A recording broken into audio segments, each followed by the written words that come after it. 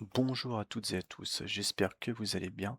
On se retrouve aujourd'hui du coup pour une nouvelle vidéo qui va porter sur le sujet que vous avez choisi lors du sondage, à savoir comment entrer en position. Donc évidemment, entrer en position, c'est pas forcément la chose la plus simple, étant donné que normalement c'est censé être finalement la dernière chose que vous faites dans votre processus. Et entrer en position, c'est à la toute fin, c'est lorsque vous avez eu toutes vos confirmations que vous pouvez vous permettre d'entrer en position. Donc c'est pour ça que j'aime pas tellement faire une vidéo là-dessus, mais c'était aussi intéressant de voir quelle allait être la réponse du Discord, et effectivement, j'étais pas surpris que la plupart essayent de, voilà, en tout cas, me demandent de faire une vidéo sur ce sujet-là et pas sur un autre. Donc, pour simplifier la chose, on va travailler aujourd'hui sur ce qu'on appelle les swing points, donc c'est-à-dire les swing high et les swing low, qui vont nous donner potentiellement des reversals. Ce qu'il faut savoir avec les swing points, c'est que c'est, on va dire, une unité de base pour définir vraiment objectivement les hauts et les bas du marché. Et la règle d'or, vous pouvez retenir d'ores et déjà, c'est que le prix ne peut pas se retourner sans former un swing point. Donc, il y a des swing points qui sont évidents et il y en a d'autres qui sont un peu plus complexes à déterminer. L'idée, c'est que vous allez avoir deux types de swing points avec un modèle à trois bougies. Vous avez tout d'abord le swing high, donc qui va intervenir en fin de structure haussière et qui va nous indiquer qu'on est potentiellement proche d'un retournement, et qui est composé généralement d'une inside bar, donc c'est-à-dire ici vous avez la bougie du milieu, et ensuite vous avez deux bougies sur les côtés, d'accord? Donc une bougie centrale avec un sommet plus haut que les deux bougies qui l'entourent. Ensuite, vous avez le swing low. Donc le swing low, c'est le contraire, hein, ça va être dans une tendance baissière. On va annoncer finalement la fin de la tendance baissière grâce à un swing low. On va avoir effectivement une bougie centrale qui va être plus profonde, donc la mèche va être plus basse que les deux qui vont entourer cette bougie centrale, tout simplement. Donc ça, c'est vraiment la base de la base, c'est ça qu'il faut retenir. Swing high, swing low. Et ce qu'il faut comprendre, c'est que le prix ne peut pas se retourner sans un swing point. Que ce soit un swing high lorsqu'on est dans une tendance haussière pour partir à la baisse, ou un swing low dans une tendance baissière pour repartir à la hausse. Alors, on va prendre tout de suite quelques exemples. Donc là, on est sur le gold, voilà, en daily, et on va regarder tout de suite certains swing high. Donc par exemple, on avait un premier swing high ici, d'accord? Donc on est dans une tendance haussière. À partir de ce moment-là, on voit que le prix rentre dans une forme de stagnation, d'accord, et une petite correction. Pourquoi? Parce qu'on avait ici cette bougie ici, et la bougie au milieu, la bougie centrale et la bougie à côté. Donc là, ça nous annonçait la chute, d'accord? Même chose ici. Là, on voit qu'on a finalement une bougie sur le côté, une bougie centrale dont le corps est au-dessus de la mèche, enfin des deux mèches, hein, des bougies qui l'entourent. Et donc derrière, on a eu à nouveau un dump. C'était aussi le cas ici. Donc là, on avait un swing low, donc avec une bougie centrale et deux bougies qui l'entourent. Les deux bougies qui l'entourent ne vont pas plus bas, donc ça montre bien que ce swing low était valide, et on repart du coup pour une hausse, et ainsi de suite. Vous avez compris le principe. Maintenant, il y a effectivement un premier problème, certains pourraient le voir, c'est que finalement tous les swing points ne mènent pas forcément à un retournement majeur. Par exemple, est-ce qu'on a un exemple typique ici? Par exemple, là, vous voyez, ici, on a un swing point, donc cette bougie ici finalement est bien au milieu des deux autres, et son, comment dire, elle est plus basse que les deux autres bougies qui l'entourent, donc on aurait pu potentiellement penser que c'est un swing low en formation et qu'on va partir du coup à l'achat. Or, il n'en est rien. Donc, il va falloir trouver une technique un peu plus adaptée, un peu plus approfondie, pour pouvoir déterminer finalement quels sont les swing points qui peuvent être valides et quels sont ceux qui au contraire vont nous induire en erreur. Donc l'idée de base, c'est que le prix ne peut pas se retourner sans un swing point, mais par contre, c'est pas tous les swing points qui mènent à un retournement majeur. D'accord? Donc c'est bien ça qu'il faut comprendre, et il faut nuancer un peu la technique, quoi.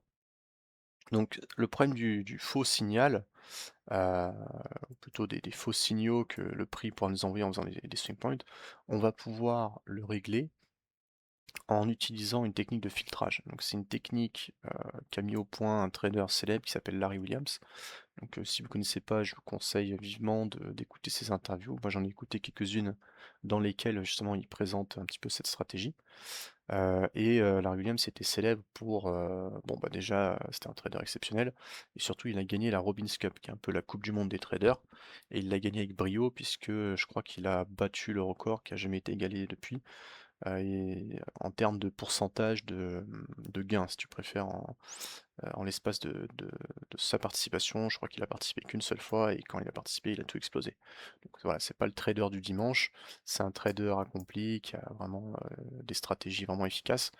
Et je me suis farci quelques interviews de lui parce que c'est vraiment, voilà, c'est la crème de la crème. Et quand on veut progresser, bah, il faut étudier les meilleurs. Donc voilà, cette technique de filtrage, en clair, elle est très simple. C'est d'éviter le piège de l'inside candles. Donc l'inside candle, c'est quoi? C'est la bougie interne. C'est une bougie interne à un potentiel swing low.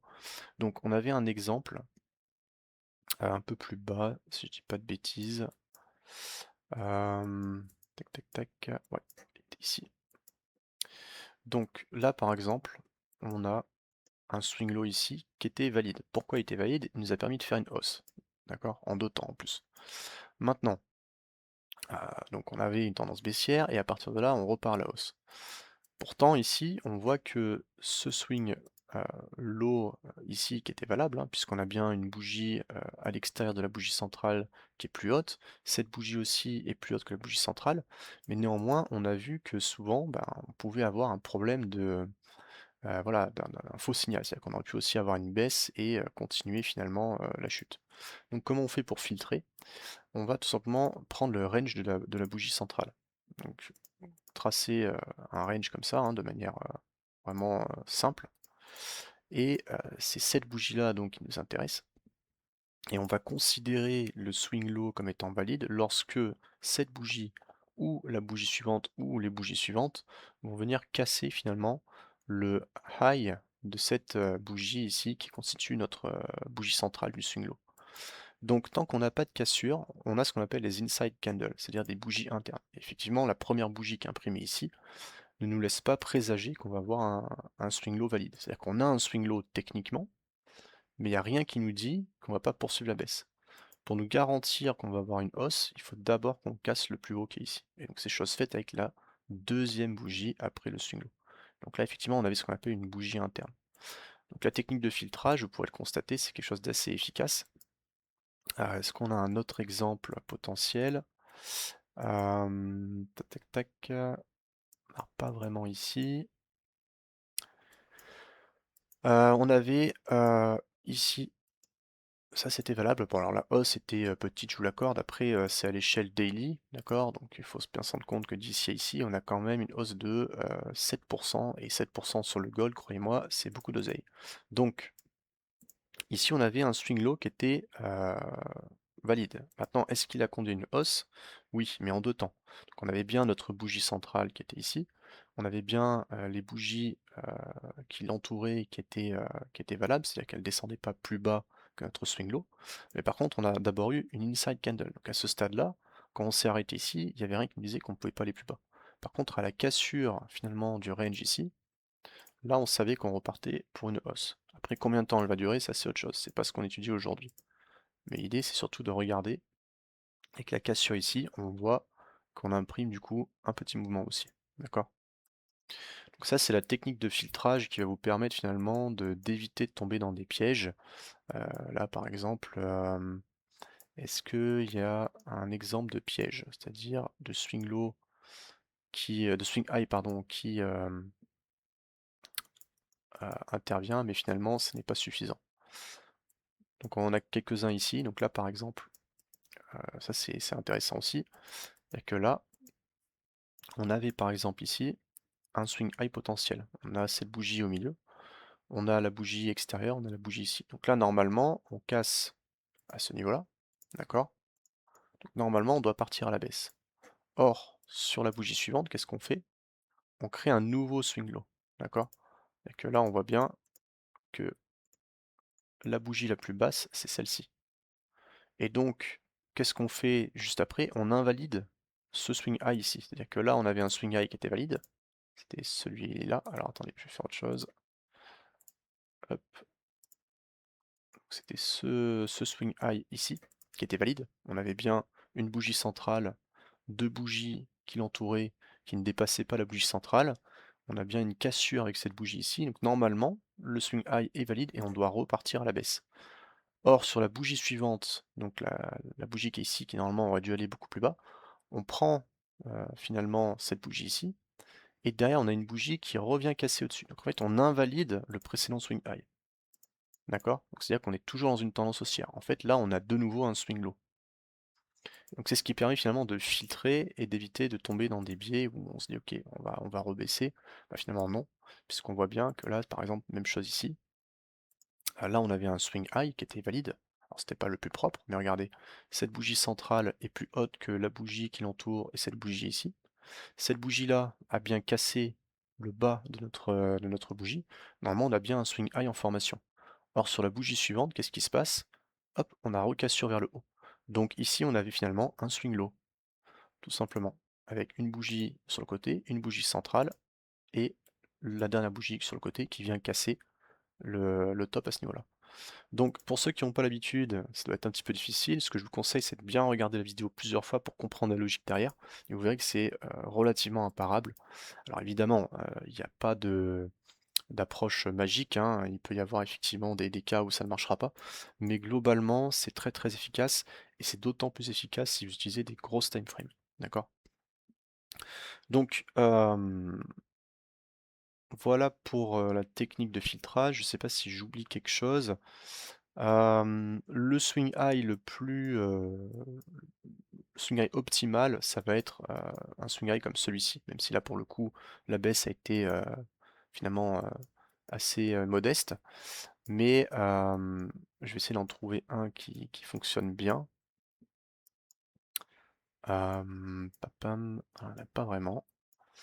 Mais l'idée c'est que voilà, si vous avez ce setup, alors là on en a un, là c'est pas mal. Ici, donc on avait une période de stagnation, on était déjà dans une tendance haussière hein, évidemment, mais ce swing low est particulièrement intéressant. Pourquoi? Parce qu'en fait la bougie centrale ici est respectée par la bougie d'à côté et celle-ci évidemment. Donc on a bien la cassure, etc. Donc le swing low est valide, mais en plus de ça, on a une clôture avec le corps qui se fait au-dessus de la mèche qui compose la bougie précédente. Donc c'est-à-dire que là, vous avez hop, quelque chose comme ça. D'accord? Votre swing low, il est là.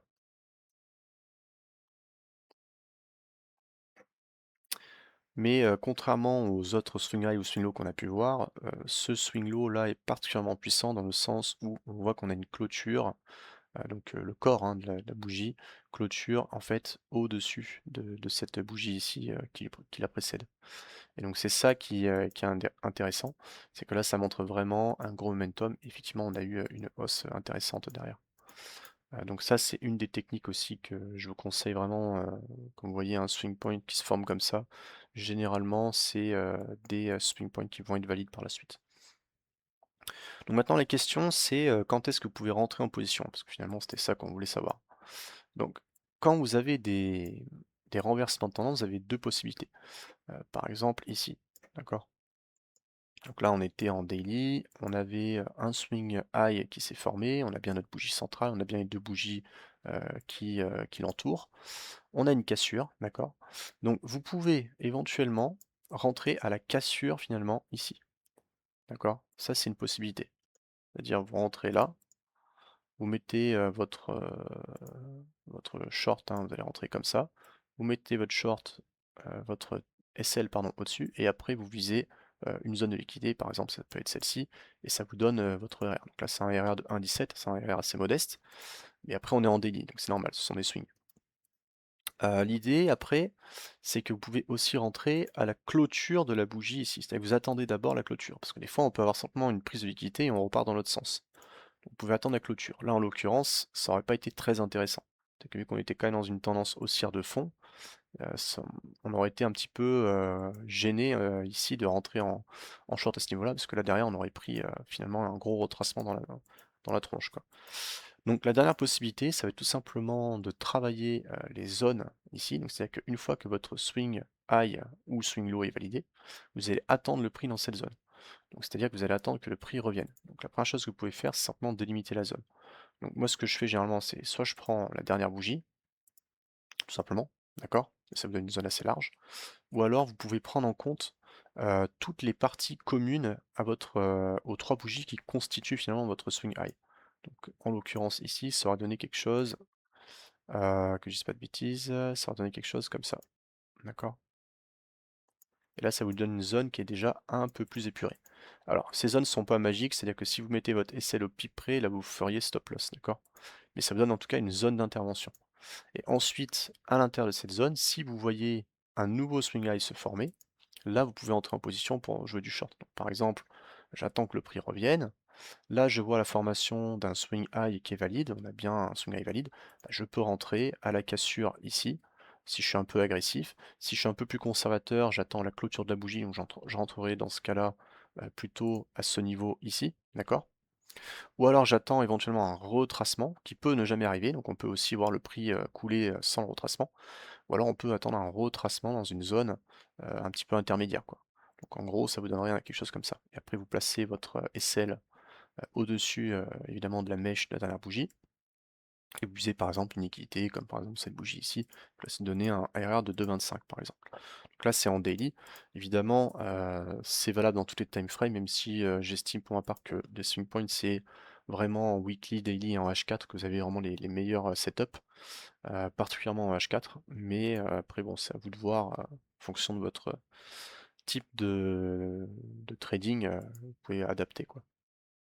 La deuxième possibilité, c'est simplement d'utiliser un VWAP ancré. Donc vous mettez votre VWAP ici. Alors évidemment, il faut le paramétrer. Il a été paramétré pour être en bas.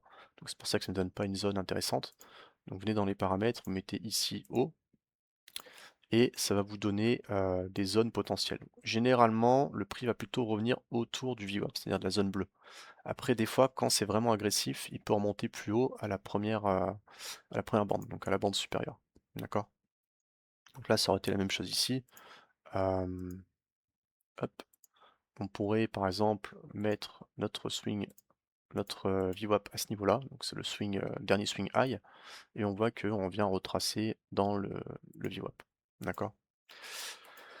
Donc voilà ce que j'avais à vous dire pour aujourd'hui, pour comment entrer en position, etc.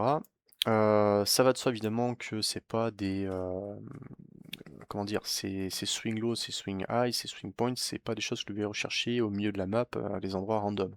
C'est-à-dire que c'est des setups que vous devez rechercher dans des zones d'intérêt que vous avez travaillé au préalable. Je ne vais pas prendre un swing low ou un swing high dans des zones, par exemple au milieu d'un range. Par contre, si effectivement c'est sur une zone de support résistance, si c'est sur un retest d'une trendline, si c'est sur le retest d'une EMA par exemple, ou du VWAP ou autre chose, peu importe votre stratégie, hein, vous avez sans doute vos façons de noter vos zones. Vous pouvez attendre le prix dans vos zones d'intérêt et à ce moment-là, vous regardez si effectivement le prix vous donne un setup de type swing point valide avec tous les critères que je vous ai donnés. Donc voilà pour aujourd'hui, j'espère que cette vidéo du coup vous aura plu. Si c'est le cas, faites-moi péter le bouton like et abonnez-vous en masse s'il vous plaît, ça aide un petit peu l'algo. Et moi je vous dis du coup à la prochaine pour une vidéo éducative. Allez, ciao!